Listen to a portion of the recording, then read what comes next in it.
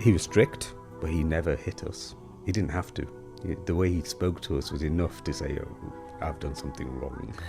We were taught when we were old enough to hold a screwdriver, because my dad would say, come here, watch what I'm doing, and remember it. Yeah. So plumbing, come and see how to fix a leak under the sink. So my father owned shops. He owned some businesses, and we'd be there at 6 o'clock in the morning. Wow. Yeah, and we'd be preparing all of the newspapers, which was a tough job. We were setting the shelves, we were making sure that all the sweets and the chocolates were stacked up, and open up at the same time and run the business, because Dad needed a day off as well. And our summer holidays were eventful. My dad would always have a project. So like normal kids who get some holidays to enjoy themselves, we did enjoy ourselves, but we'd have a project. You know, Dad's removing all the chimneys in the house with us, carrying the bricks out, helping the plastering, rewiring things. Dad's putting a new patio with us, carrying, all of the patio bricks and everything. And, down to teaching us how to mix the cement, to the point that those things, as we grew up, we can't forget them. Hello everyone, and welcome to another episode of Raising Humans. Today we have Uncle AJ with us. We met Uncle AJ at the Right Market, and he had a business there, and me and my friend Adil, we were just completely blown away by your branding and just the little things that really resonated to the things that we felt very passionate about. And coincidentally, Adil just started talking to Uncle, and in the 5 minutes that we spoke to him, I knew right there and then that I need to have Uncle on the show. We've had so many guests that are younger or the same age as myself, but we've got someone that has a lot more wisdom and knowledge to offer us, inshallah. Uncle AJ, welcome to the show. Salam. Thank you for introducing me so well and welcoming me. Thank you. No problem at all. Uncle AJ, firstly, it's amazing to have you on. I know that we've been trying for a while, and I'm so thankful that you've come to the show.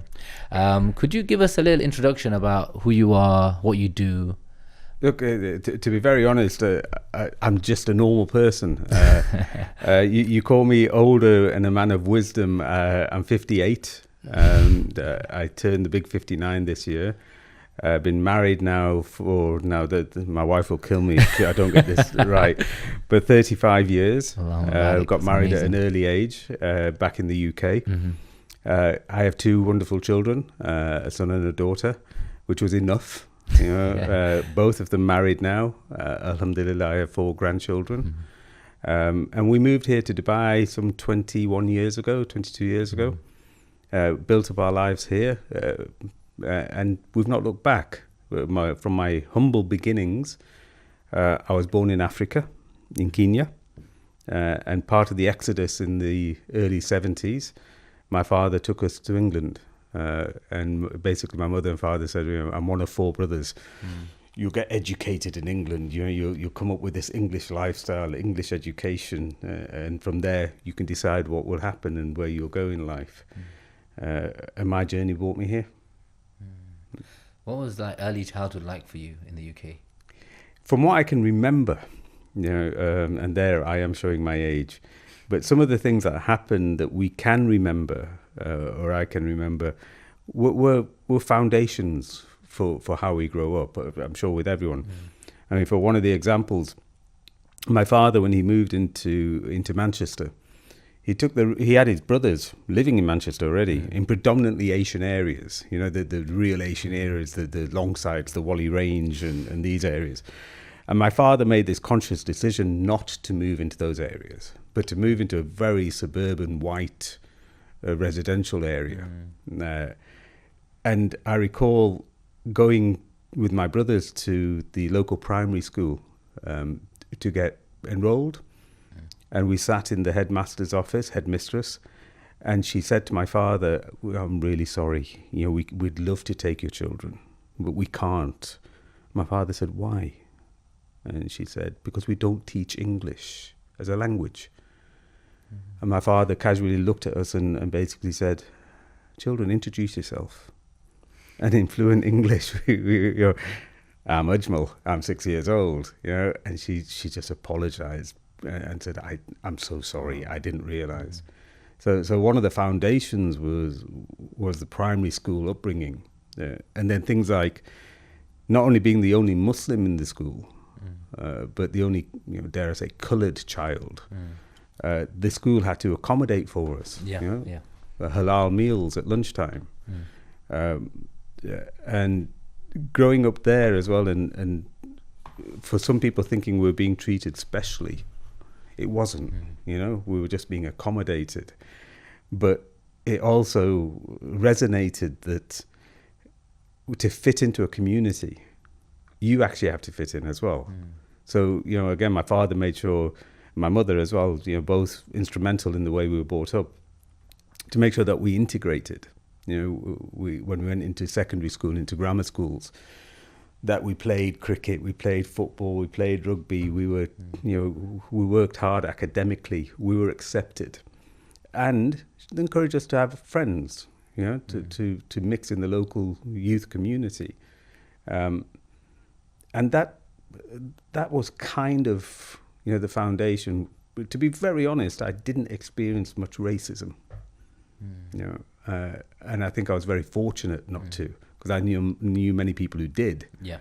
Maybe it was the area I was living in. Maybe it was the school I went to and the colleges I went to. But I didn't experience it. The odd,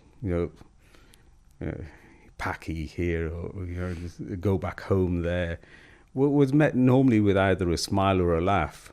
Or my friends, predominantly white friends, stepping in front of me and saying, "What did you say?" And protecting me. So, some would say that I was brought up as a coconut. The good old brown on the outside, white on the inside. Do you think your father moving you to the area that you were in, you said it was a conscious decision, but what do you think, what was his rationale behind it? What was his thinking? I think the thinking was that, one, that I'm one of four brothers. So he's got four sons. Obviously, like every parent, they wanted the best for their sons. Education was a key factor. The very typical Asian kind of upbringing, education was the utmost. He felt, or I'm sure he felt, that putting us into that community and putting us into a catchment area that had those schools, that we would do far better than going into an inner city area. Nothing wrong with those inner city areas. I think we were very fortunate that he took that decision. He would have to travel extensively to get to work and for his businesses because of where we lived. But it was a sacrifice he took for us to get to school. On the days that Mum didn't drop us off, it would take us about an hour and a half each way on bus. And it wasn't just a bus stop outside the house. It was like a 1 mile walk to the bus stop first in the good old Manchester rain or the Manchester cold. So all that was part of strengthening us. I'm number 3 of 4. So I had 2 elder brothers to look up to. I had 1 younger brother apparently to care for. But the 4 of us grew up together. 3 of us ended up in the same secondary school. And the youngest one went into a different school. Very fortunate for him, which was directly opposite the house. He literally had to walk out the door and go to school. I bet you let him hear that. He's probably the smartest out of all of us as well. Even the 3 of us went to a grammar school and he ended up at a secondary school. But alhamdulillah, he turned out very intelligent. How was your relationship like between your siblings when you were younger? Did you fight a lot? Did you get along all the time? No, actually, I'll take it back. We didn't fight a lot. I think we looked upon it as the hierarchy that it should have been. It should be. My eldest brother, who's 8 years older than me, was the head of the brothers. And we were petrified of him, but in a good way. What was the age difference? All of us have 4 years between us. Exactly 4. Literally 4 years between us, and it is quite close to exactly. So he's 8 years older than me. He became the father figure when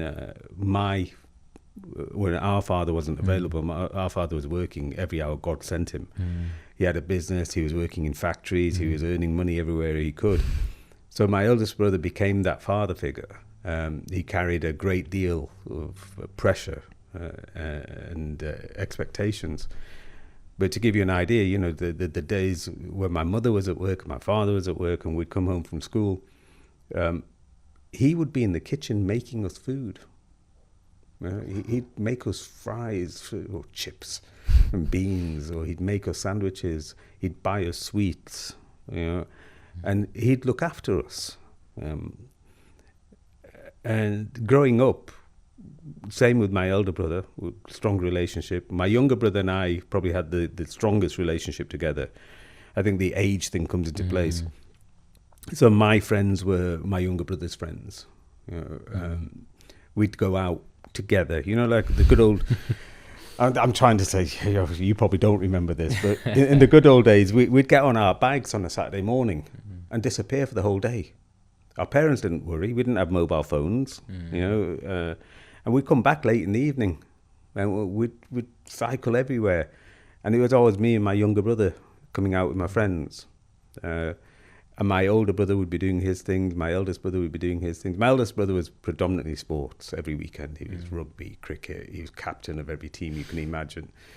But that kind of foundation, again, and it was a key factor that my parents always wanted the brothers to be close. Yeah, and as we grew up, we tried. Two of my brothers still live in the UK. One moved to Canada a very long time ago, and we've tried to stay as close as possible. I don't mind saying for the podcast, 3 of us are very close, and one of us kind of drifted away. But at the end of the day, we are still brothers. You know, I think we literally die for each other. You know, and it's uncanny. Now, I was telling a story to my children a couple of months ago that on the rare occasion that the brothers are together, and it wasn't a wedding or a funeral, and me, my younger brother, and my eldest brother were sat in the living room of my mum's house, and we just got talking.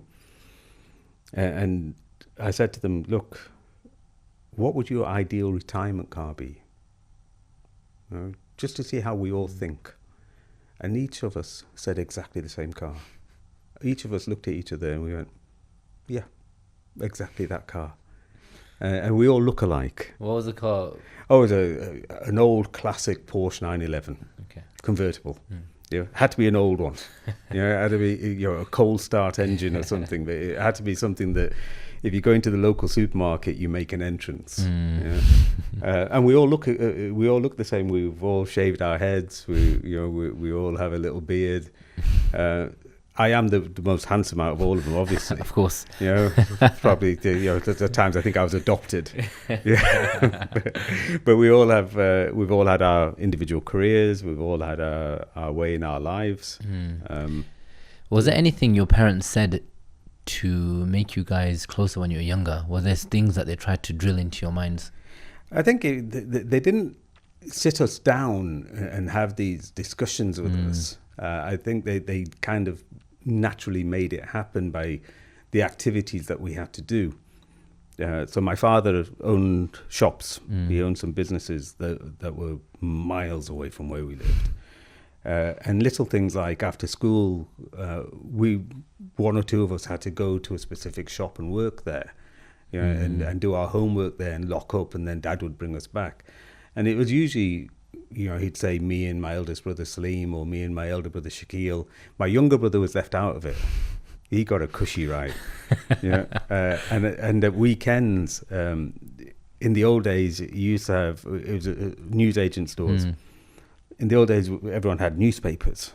We didn't have these internet things. And on a Sunday, which was the day to read the newspaper, you had this wide choice of the Sunday Times, the Sunday Telegraph, with about 10 inserts in it and magazines. Me and one brother had to go and open up, and we'd be there at 6 o'clock in the morning. Wow. Yeah, and we'd be preparing all of the newspapers, which was a tough job. We were setting the shelves. We were making sure that all the sweets and the chocolates were stacked up. And when all that was done, we'd have something to eat and open up at the same time and run the business, because Dad needed a day off as well. You know, or Dad was taking a shift somewhere. And I think that brought us even closer together to realize that, we can not only live together, but we can work together. And it was natural. It wasn't eldest brother saying, right, you go and do that. It was natural that when we walked into the shop, I was like, I'll do the papers. Yeah, and he's like, I'll do the sweets and I'll stock up the cigarettes. At the end of the day, I'll till up. You do this, you do that. It was a natural kind of movement, but I think naturally our parents brought us up to respect each other. Yeah, and dare I say, take a bullet for each other, which we would. I think regardless of anything that happens in our lives, we'd probably take a bullet for each other. But no, nothing special. Tell me a little bit about your father. He sounds like an amazing man, and the little discussion we've had already, there's already so many things I could take away from it. But just holistically, what could you tell me about him? My father was the greatest man who lived. Every father should be the greatest man who lived. God bless him, he passed away a number of years ago. He lost his battle with cancer. He fought hard for 3-4 years with cancer. But he was a grafter. When he was in Africa, he worked on the East Coast railways, the steam railways in those days. So he's gone away for days or weeks, but he was an engineer. He drove the train. I mean, how cool is that, And he'd tell us these stories, of the train going through Zambia, Kenya and Rhodesia, and elephants on the track or something. And, when he showed us his old black and white photos, we'd kind of go, wow, this is something else. And he had the Bollywood rock star look, greased back hair and super slim and always impeccably dressed. But he was a grafter. When we moved to England, in the early days, all we remember him is working. So when he wanted to open his first shop, he didn't have enough money. So he got a factory job, if memory serves me right, Kraft margarine or something. So he had this night shift, and he'd work in the factory, and he'd save up his money to open the shop up. Then he'd go and do some hours in the shop until my mum could come and take over. And he just worked and worked and worked. And he always believed that if you want to do something, you do it yourself. And if you don't know how to do it, you learn how to do it. And this is one of the big things. As we grew up, he was multi-talented. I mean, there was nothing he couldn't do. He could cook. He could dismantle a car and rebuild it. He could build an extension on the house. There was nothing this man could not do.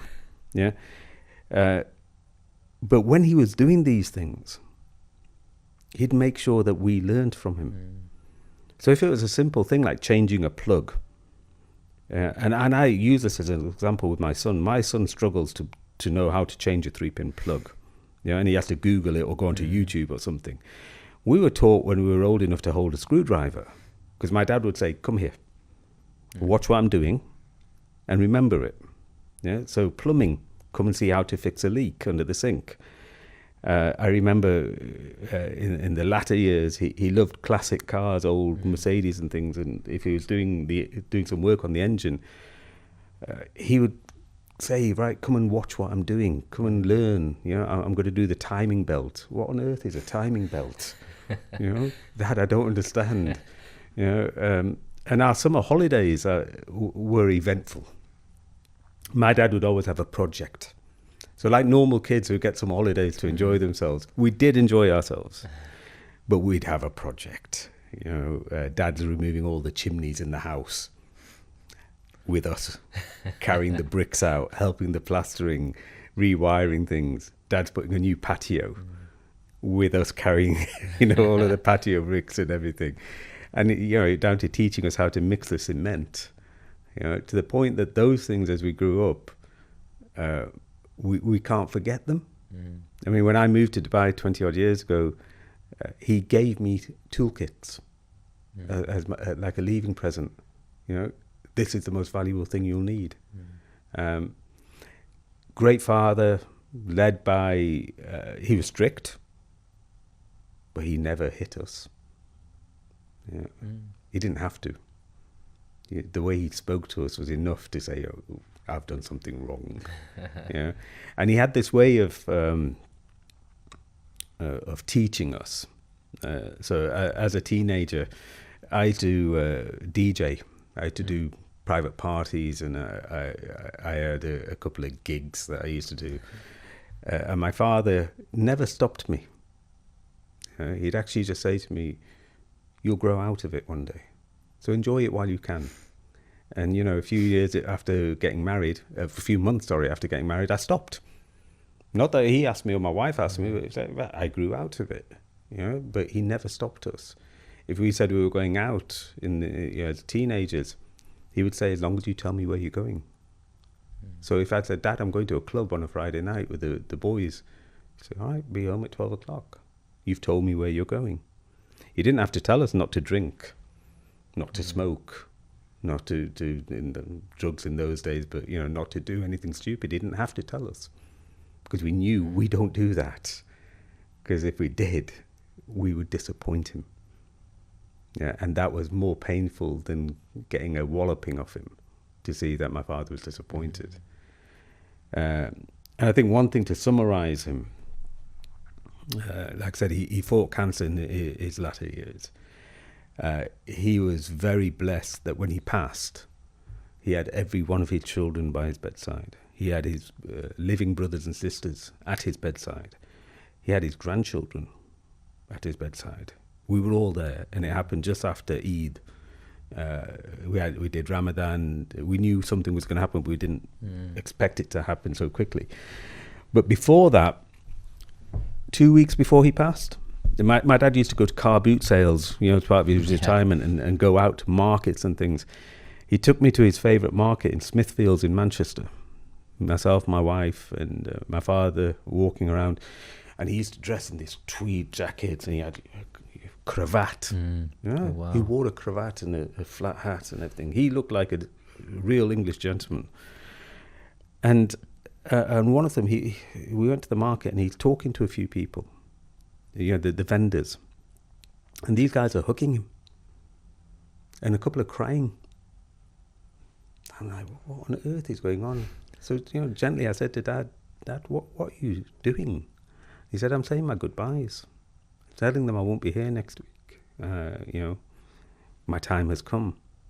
So if I don't come next week, you know why. And I was like, what strength that you have is unbelievable. The day he was going into hospital for his checkup, which he never came out of hospital from, he called me upstairs to his room, again, immaculately dressed. And he smelt wonderful. He would get the ouds from Saudi, from everywhere he could, but he had to smell and look perfect. And he said to me, look, in the drawer in my bedside cabinet, there's an envelope, and in there is the money for my funeral. Make sure you pay the masjid. This is roughly how much it should be. And there's money in there to pay for the food to feed everyone, and make sure you feed them properly. Make sure it's good food. And you're there going, Dad, come on, don't be so silly. You've got plenty of time. Inside knowing you haven't. But that kind of, I think, had the most profound impact on me. That I now say to my children, which they hate, that if Alamia took me tomorrow, I'd be fine. I say, my job's done. I've brought up my children. They're both married. They've both got children. They're both established. I've done my work. In the same way my father did it. He did his work, and he was content, and he knew it was time to go. But he'll go with no debts, no ill feelings. So anyone he had an argument with, anyone he had a fight with, including some of his brothers and sisters, he made up, and he asked for their forgiveness. And he said, when I go clean. You can carry on saying about your father, either he's the most perfect man or he's not. But my father was. What's your fondest memory of your father, if you could pick one? I don't think. I think there are so many, but he worked so hard that he never deliberately didn't have time for us. But I remember there's two things actually. Once back in the day, we used to do they had, instead of the lottery, they had the football pools. Okay. Yeah. And he won some money on the pools. Actually, I think my younger brother ticked the line that won, and it was like a few £100, but it was big money in those days. And the first thing he did when he got the money was take me and my brothers to a toy warehouse and basically said, pick what you want. And we were like, what? Pick what you want. And I think my younger brother got a go-kart. I can't remember what everyone bought, but we bought what we want, and he kind of was so happy and played with us, and the most, I think that the fondest memory I have of him is it's a bit morbid. Again, when he's in his latter years, I'd gone over, we'd spent some time with him. My dad liked to eat. He always used to say, never go hungry. And on one of the nights, he said to me, look, I fancy some pizza. I said, all right, Dad, I'll go down, get some Domino's pizza. Got this pizza back, and he had trouble swallowing because of his medication and everything. And he sat in the living room, takes a bite of a pizza. Me and my mum were there, and we're laughing and joking, reminiscing about things. And he started to choke. And I looked at him from across the room thinking, what the hell is going on here? And he was like, this is not good. And his face just went blank. My mum started screaming, and I got up, did the hymen on him. Alhamdulillah, it came out. He sat back down, got his breath, and grabbed a slice of pizza. And he said to me, of all the ways to go, I'm not going on a slice of pizza. And I was like, yeah, I think you're right there, Dad. And we laughed about it. We could have lost him there and then. And we just, so I would say that's probably one of the most fondest things I remember about him. Yeah. What lessons, if you had to think about your life as your childhood, what key lessons did you derive from his parenting? If you had to summarize it into maybe 2 or 3? Number one is discipline. Discipline in your life, discipline in how you behave. Number 2 would be about humanity. Being generous, doing more for others than you do for yourself. So my mother's family were all from Pakistan, in the villages in Pakistan. He would go over whenever he could, and built a house. I think in the village he was a corgi engineer. He trained himself to do everything, corgi plumbing engineer. I think the house was the first house in the whole district that had a boiler fitted for hot and cold water. So he would help everyone if he could. And part of that humanity was all about remembering where you came from. Stay grounded. So no matter how successful we became in our lives, to stay grounded, and not forget your roots, where you came from, or where your parents came from. You see nowadays, we have a lot of the younger people all striving to be super rich. They all want their Lamborghini. They all want a big flash house. They all want to travel on business class or first class. They've become the social media, wannabes. And I'm there saying that even if I had the money to travel business class, I wouldn't. I wouldn't waste my money on that. I'm on a 7-hour flight to Manchester. I'm fine in economy. That money could be used somewhere else. Give to charity, give to people. He would always be giving. And the third part was to always be content. Be happy with what you've got. Strive for things, work hard, but be content with what you've been given. And look after your family, bring them up in the right way. He had go back to the food thing. He had this thing about food. that he would say, it doesn't matter how much you spend on food. What matters is that you eat. Yeah. So don't be a miser when it comes to food. And we had this typical relationship, him and mum. Yeah, it could be a sitcom. Yeah. If he said, right, let's all go out to a restaurant for dinner, my mum would say, why go to a restaurant? Grab me 2 chickens and I'll make some roti and I'll make some curry for a fraction of the price. My dad would say, it's not about the price. We're all going out to have dinner somewhere. We're going to have a nice night. We're going to enjoy ourselves. So they're probably the 3 principles that I've grown up with. Yeah. When you talked about discipline, that was something I'm very interested in, because you said, and the expected response was, especially for older generation, is that when we say discipline, we think, okay, there's going to be some sort of beating going on at some point. A bit of the belt or the whoop-ass, yeah. But then yours was completely opposite, where like he just had to give you a look, or you were more worried about disappointing him. I think it's a disappointing thing. It's like I said, he never raised a hand to me. He never raised a hand to my younger brother. He never raised a hand to my elder brother, but he did to my eldest. Now this is an interesting concept, and I think he did that because he had to take it out on someone, and my eldest brother was the eldest. He kind of took it for all of us, and I admire him for taking it. After my father, if I had a hero, it'd be my eldest brother. He took a lot, not beatings, but he took a lot of pressure.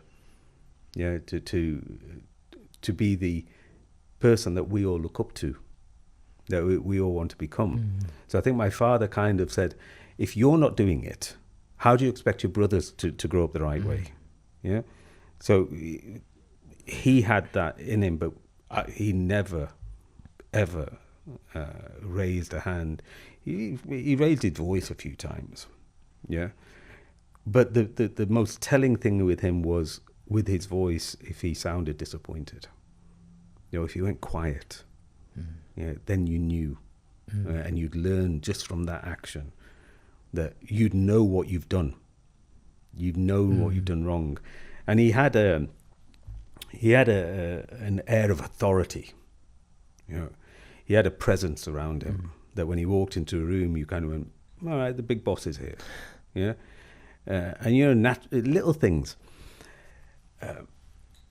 In the evenings, going back to the way he dressed, one of us would iron his clothes because he wanted us to iron his shirt, and he had to have perfect lines, on the sleeves, and no lines on the shoulders, and the collar had to be perfect. It had to be perfect.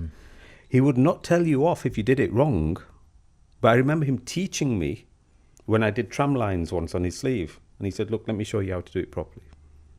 Every night, once he was settling down to watch TV, he'd want a cup of tea and some toast and butter. Now, me and my brothers didn't get designated who did this, but one of us naturally got up and did it. And we knew exactly how we wanted that tea. We knew exactly how we wanted that toast. Yeah, and we would not disappoint him. I like to believe that, he's there looking down on us now, saying we didn't disappoint him. We did things like every teenager as we're growing up. Even when we're married, we did things that would disappoint our parents, but they don't tell us. But we know we've done it. What about your mum? My mum was the rock. My mum, alhamdulillah, is still with us. She was the absolute rock. She had a lot to deal with. She had 4 boys, no girl. So there's the first factor. When you've got 4 boys and no daughter, you haven't got anyone who naturally helps you in the house. So, who naturally helps cooking, who naturally can help cleaning. But we became her daughters. Yeah. So she taught us all how to cook. We all know how to cook Western meals and curries and tandoori and roti, and we all know because my mum taught us. Yeah. But she would be so similar to my father. She was disciplined. every morning we had to wake up early. We had to bath or shower. We had to put on clean uniform for school. And we had to get to school before those gates opened. And if we were too early, my mum would say, well, get in the library and do something. Go and study. You know? She was disciplined like this because she said, you will grow up disciplined. You will grow up knowing you have to do these things. But she really, really took a lot. You know, my father working, like I say, every hour he could. She was working in the shops. She was rushing home to cook and look after us or make food in the morning that she'd leave for us. But she never forgot she was a mother. You know, she never forgot that instinct that she's a mother. And to show you how resilient and strong this woman is, she was diagnosed with Parkinson's a few years ago. And she's at the point now of 24-hour medical care.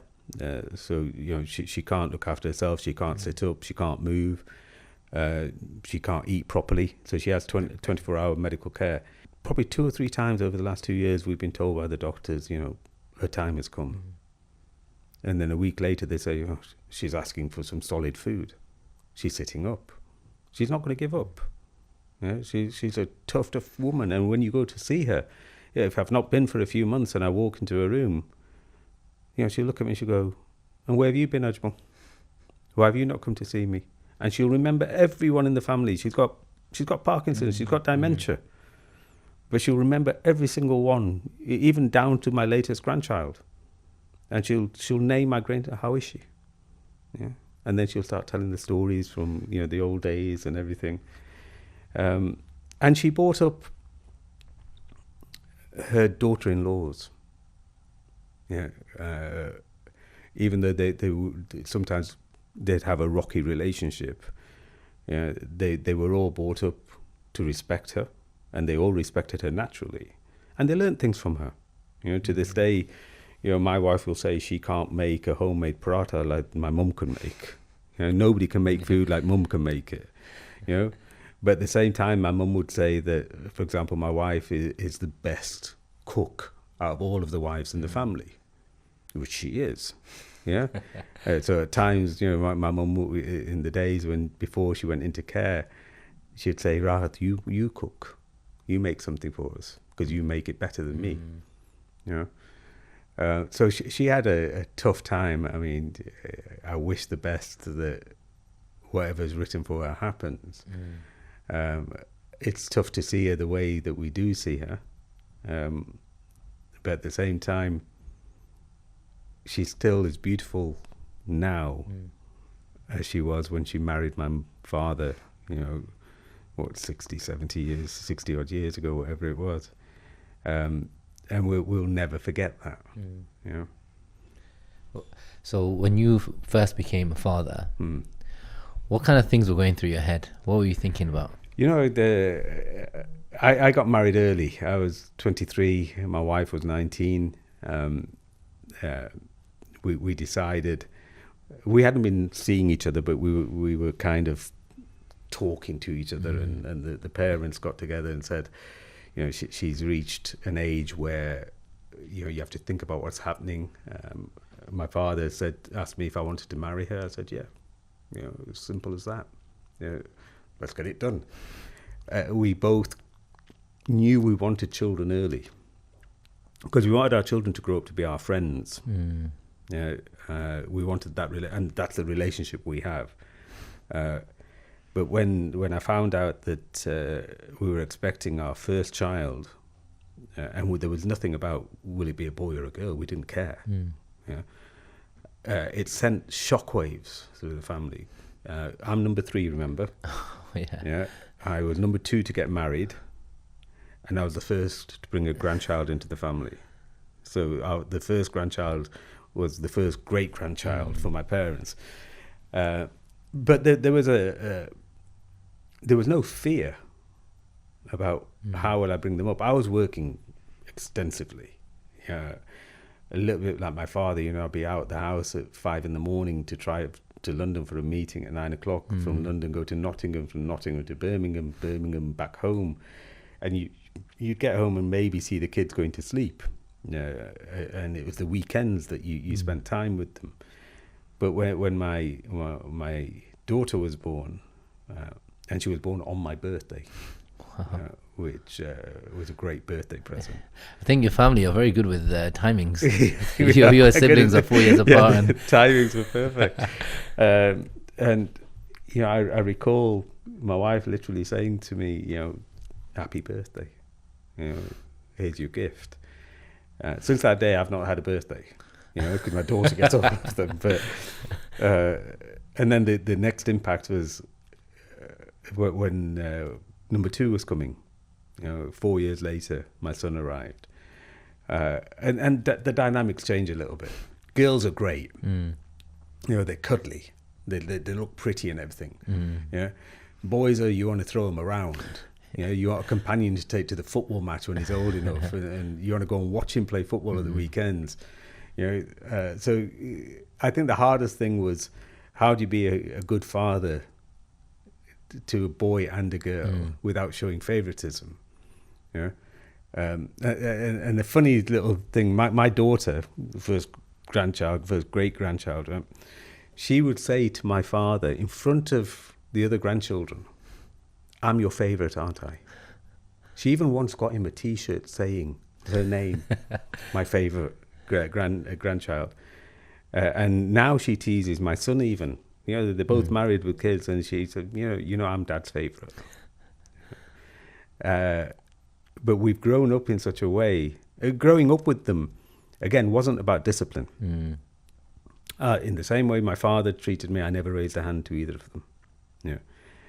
But they knew if they'd done something. And I brought them up knowing that if I ever say to them, "You have disappointed me," that's the worst thing they could do to me. Alhamdulillah, they didn't disappoint me often. They did 1 or 2 times, but not often. But I gave them the freedom. As they grew up, obviously as teenagers, you let them grow up. But when we moved to Dubai, both of them wanted to go back to the UK for university. Now the first thing is, well, hold on. My daughter, I'm sending you back, and you want to go to London? You are joking with me. Well, there's my wife saying, "Let her go." And there's me saying, "Well, I'm not sure about this. It's London.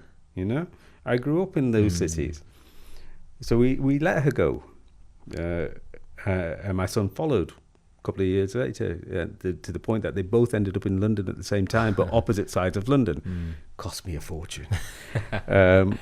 But a little story to show how what kind of upbringing they had and what kind of a father I was, or I still am. One night, I used to say to my daughter the same thing I said my father used to say to me and to my son: "If you want to do something, just tell me. Right? If you want to go out with your friends to a nightclub, you're a student. Tell me. Just don't hide it from me." And then one night, we have this thing where they have to WhatsApp or text me and say, "Dad, I'm home. Good night, Dad. I'm going to sleep." It's a comfort zone for me because I'm overprotective.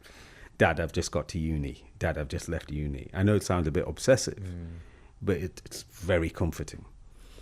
And on one occasion, my daughter, she sent me a message. I think it was on a Saturday night, and it said, "Dad, good night, going to bed, X." And I immediately sat up in bed. My wife said, "What's wrong?" I said, "Hang on. This is about 9 o'clock in the evening on a Saturday in London. Why is she going to bed?" Right? So it's a natural kind of, whoa, hold on. And I was ringing her. She was not answering. And then finally she answered. And she was out of breath a little bit. I said, "Where are you?"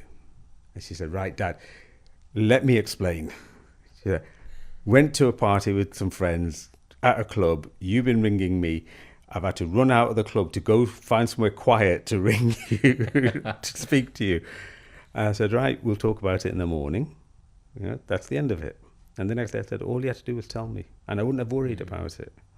And even now, they may be married, living on their own, have their own children, but in my eyes, they're still children. As long as I'm around, they're still going to answer to me. You know, and there are still stern words now and then. You know, but they, both of them, in the same way I'd take a bullet for my brothers, or my parents would take a bullet for me. You know, they would do anything. You know. Sometimes overly protective, which kind of bugs me. You know, sometimes they get a bit too carried away.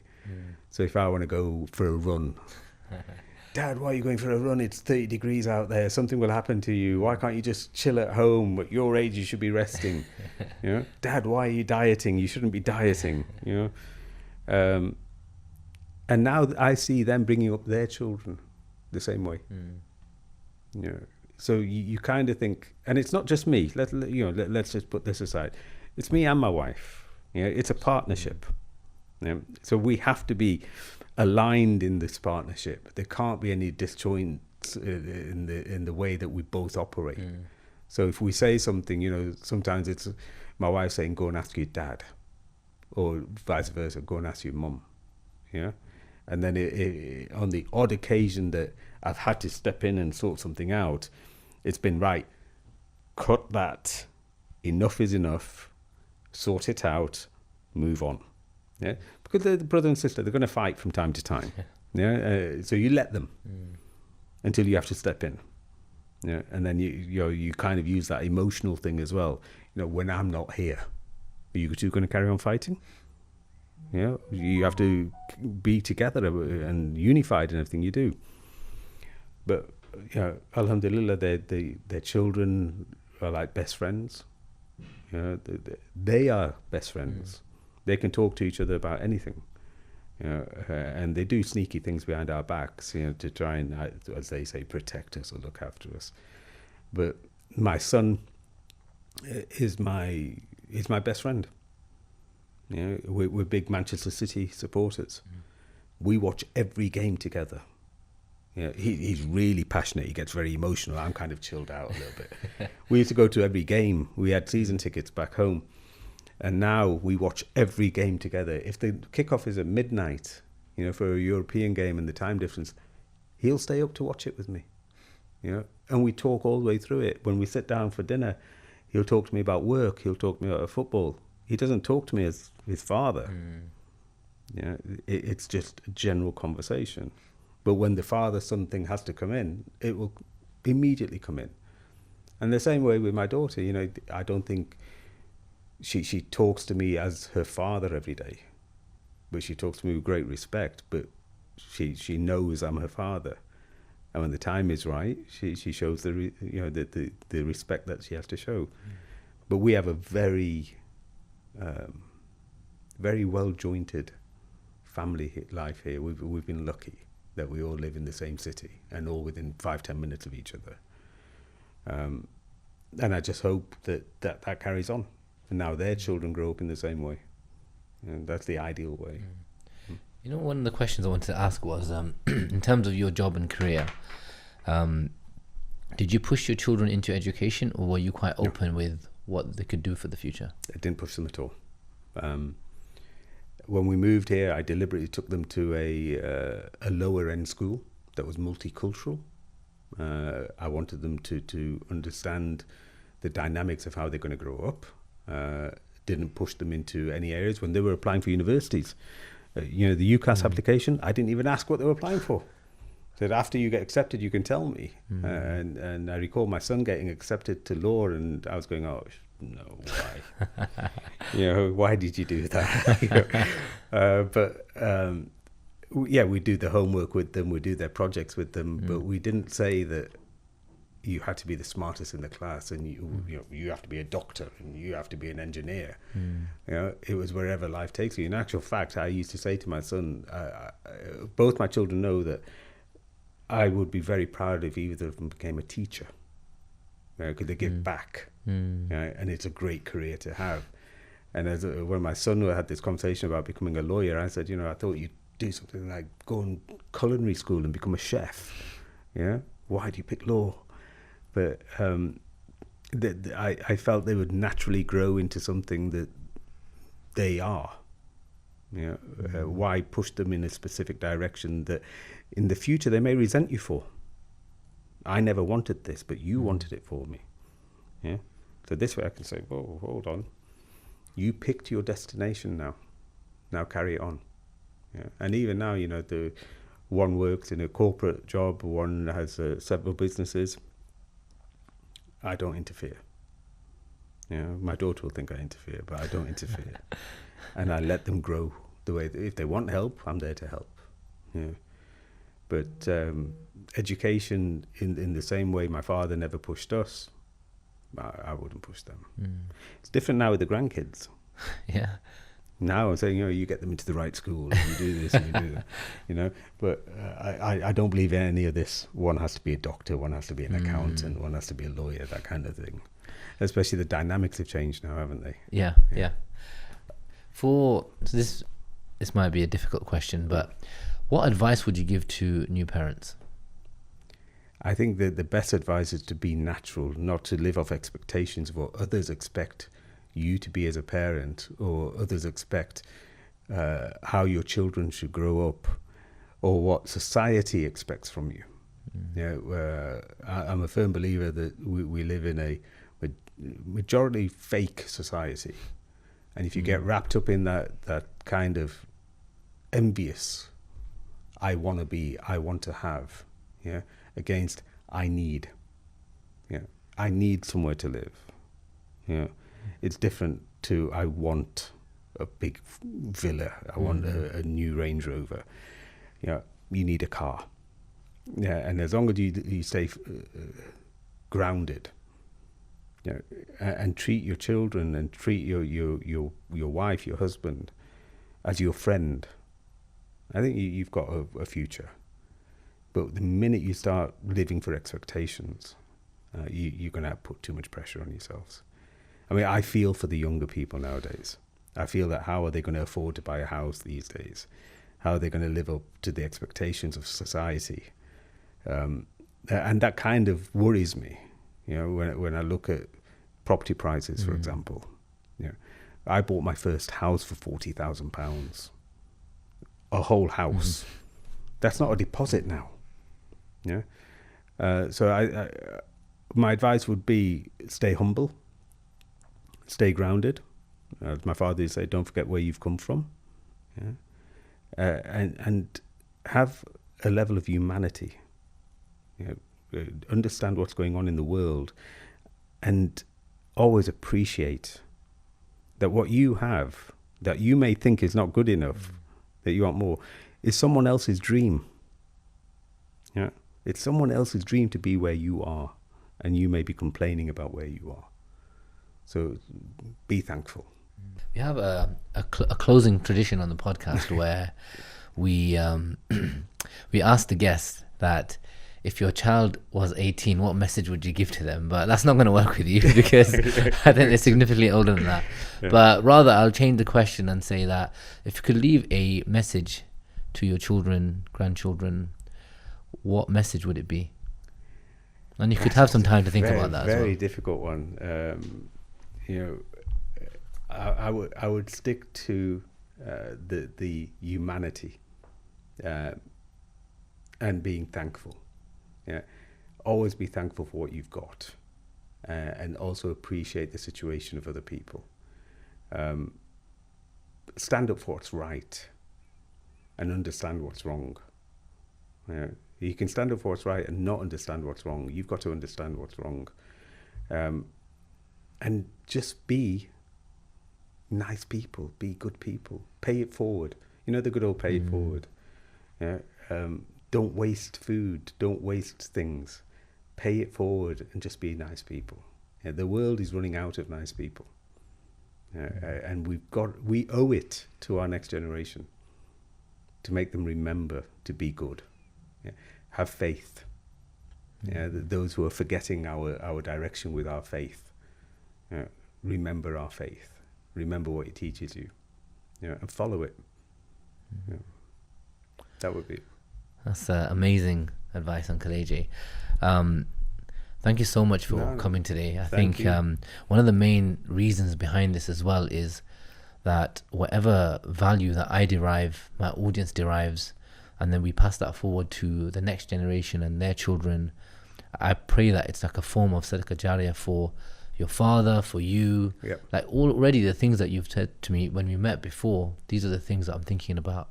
How will I implement that in my life to my children, and then pass that forward? You know, and that value we need to share that. So thank you so much for coming today. Thank you.